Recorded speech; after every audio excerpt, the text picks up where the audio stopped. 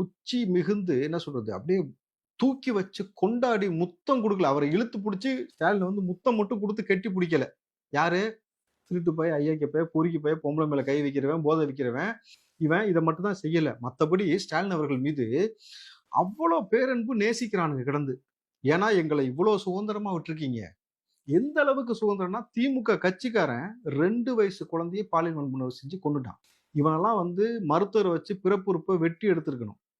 அதுக்கெல்லாம் ஒரு சிறப்பு சட்டம் போட்டு நீங்க நடத்தாத ஒரு திமுக காரன் இதை வந்து ஸ்டாலின் அவர்கள் செஞ்சிருக்கணும்ல. நீ வெக்கம் இல்லாம எல்லாத்துக்கும் அப்பன்னு எதுக்கு இந்த லேபிள் உங்களுக்கு?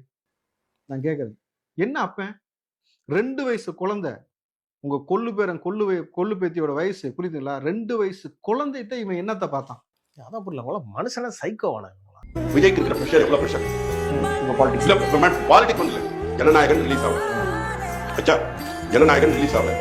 அதுக்கப்புறம் வந்து அவருக்கு வந்து என்னன்னா இந்த பக்கம் வந்து கட்சியில புத்தியானந்து ஒரு பக்கம் இழுக்கிறாரு, அவர் இருக்கிறன்னு அது இதுன்னு ஒரு பக்கம் பேச்சு இருக்கு. ஆனா அவங்க தேர்தல் வாக்குறுதிகள் அப்படின்னு வரும்போது அவங்கள தானே அப்படியே காப்பி பண்ணிருக்கீங்க. டிஎம்கே 6 சிலிண்டர் ஃப்ரீயா கொடுக்குறேன்னு சொன்னாங்களா? படிக்கக்கூடிய பிள்ளைகளுக்கு பாதுகாப்பா அவங்களுக்கு அவங்க குடும்பத்தாருக்கு வருடத்துக்கு 15,000 கொடுக்குறேன்னு சொல்லியிருந்தாங்களா?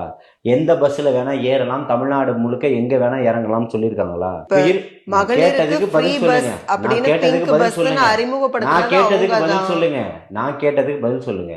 மகளிருக்கு ஃப்ரீ பஸ்ன்னு சொல்லிட்டு இந்த பஸ்ல தான் போகணும்ன்ற கட்டாயத்தை போட்டது யாரு? ஆனாலும் அந்த திட்டத்தை கொண்டு வந்தது அவங்க தானே. நீங்க சரியான ஒரு பார்வையில பேசுறீங்களான்றது எனக்கு தெரியல. நீங்க திமுகவினுடைய அபிமானியா இருந்தா திமுகவுக்காக பேசுங்க. அபிமானின்னு இல்ல, இப்படியும் கேள்விகள் வைக்கப்படும்லன்னு கேட்கிறேன். எப்படி கேள்விகள் எப்படி வேணா கேட்கப்படும், பதில் அதுக்கேற்ற மாதிரி இருக்கும், காரசாரமா இருக்கும். அதுக்கு பதில் சொல்ல ஏன் உங்களால முடியலன்னு கேட்கிறேன். நான் கேட்ட எந்த கேள்விக்குமே இது வரைக்கும் உங்கள்ட்ட இருந்து பதில் இல்லையே. பிறந்த குழந்தைக்கு தங்க மோதிரம் போடுவேன் திமுக தேர்தல் அறிக்கையில கொடுத்திருக்கா? படிக்கக்கூடிய பிள்ளைகளுக்கு இருங்க நான் சொல்றேன் கேளுங்க. முதல்ல நான் சொல்றேங்க கேளுங்க. இருக்கக்கூடிய அக்கா தங்கச்சிமார்களுக்கு நாப்கின், சானிடரி நாப்கின் கொடுப்பேன்னு இருக்கிறாரு. திமுக இது வரைக்கும் தேர்தல் அறிக்கையில கொடுத்திருக்கா? 75 ஆண்டுகள் இந்த நாட்டையும் மண்ணையும் ஆண்டிங்களே, ஏதாவது பெண்களுடைய சுதந்திரத்துக்கோ பெண்களுடைய உரிமைக்காகவோ நீங்க இதெல்லாம் பண்ணிருக்கீங்களா? ஏன் உங்க வீட்டுல உள்ள பிள்ளைகளுக்கு எல்லாம் மாதவிட எல்லாம் வராது இல்லையா? அப்ப அவர்களுடைய வலியும் வேதனையும் புரியாதா? அது அவருக்கு புரிஞ்சிருக்கு, அவர் செய்யறாரு. நீங்க இதெல்லாம் பண்ணிருக்கீங்களா?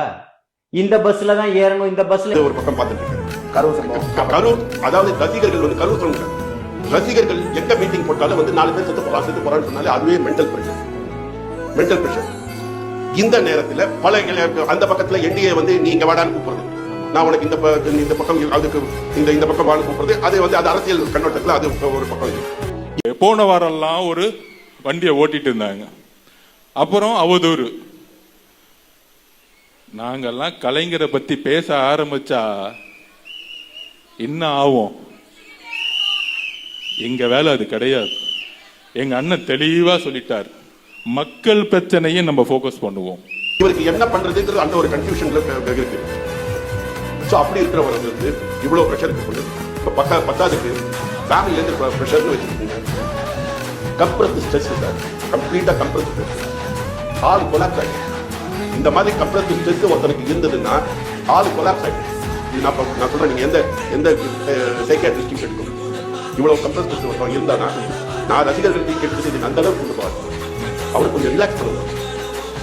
இப்ப வந்து வைப்பு படுத்துக்கிறது இதெல்லாம் கம்ப்ரஸ் ஸ்ட்ரெஸ். அவர் சொல்லலாம் மேல இந்த மாதிரியே ஒருத்தர் வந்து வாய் லெவல்ல சொல்லலாம், நான் இதெல்லாம் பார்த்துட்டேன். உள்ளுக்குள்ள தம்பி தங்கச்சி நண்பா நம்பி எல்லாரும் சொல்றேன், நல்லா கேட்டுக்கோங்க. காசு கொடுக்குறாங்கன்றத மட்டும் நீங்க மனசுல வச்சு ஓட்ட போட்டுறாதீங்க. அதாவது நம்மளோட கையில தான் நாளை தீர்ப்பு இருக்கு. அவரோட கெரியர் உச்சத்தை அவரை விட்டுட்டு நம்மளுக்காக தெருவுல வந்து நம்மளுக்காக ஒவ்வொரு வீட்டிலும் போராடுறாரு. அவர் தான் எப்பயுமே ஆளணும்.